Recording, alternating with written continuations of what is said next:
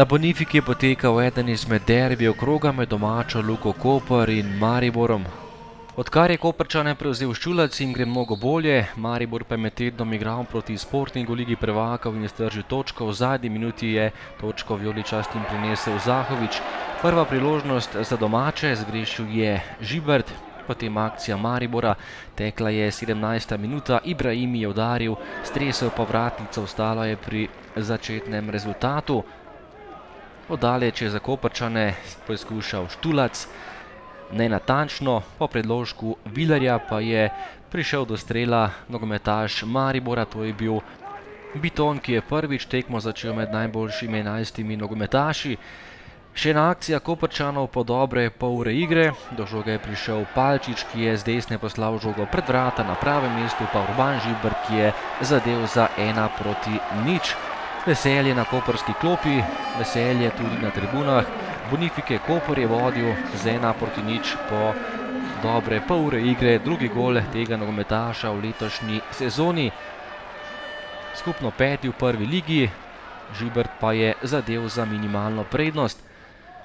Po kotu Maribora in odbiti žogi je poskušal Rajčevič, to je bil dokaj težak položaj, ni bilo prave nevarnosti za Radoševiča, nato pa še zadnji gol prvega polčasa, to je bil pravi evrogol velemojstrovina Derviševiča, ki je zadel z več kot 30 metrov. Fantastično za 1:1 tik pred koncem prvega polčasa. Potem pa še sodniški podaljšek, Palčič je streljal in žogo preusmeril zgolj v vratnico.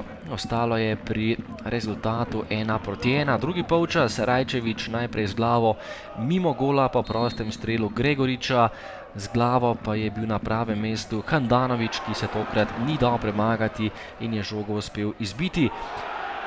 Nato pa igra z roko za Rajčeviča, tekla je 76. minuta. Rdeči karton za Rajčeviča, ki je že predtem imel enega rumenega, prejel še svojega drugega in bil posledično tudi izključen. K žogi je stopil Ivetič, to je bila obramba Handanovića, ostala je pri izenačenem rezultatu. Maribor pa je dobil veliko priložnost v protinapadu za zmago in to je tudi izkoristil. To je bil predložek pred vrata, sam je bil Tavares, ki je zatresel mrežo in pripeljal Mariboru prednost z 1:2.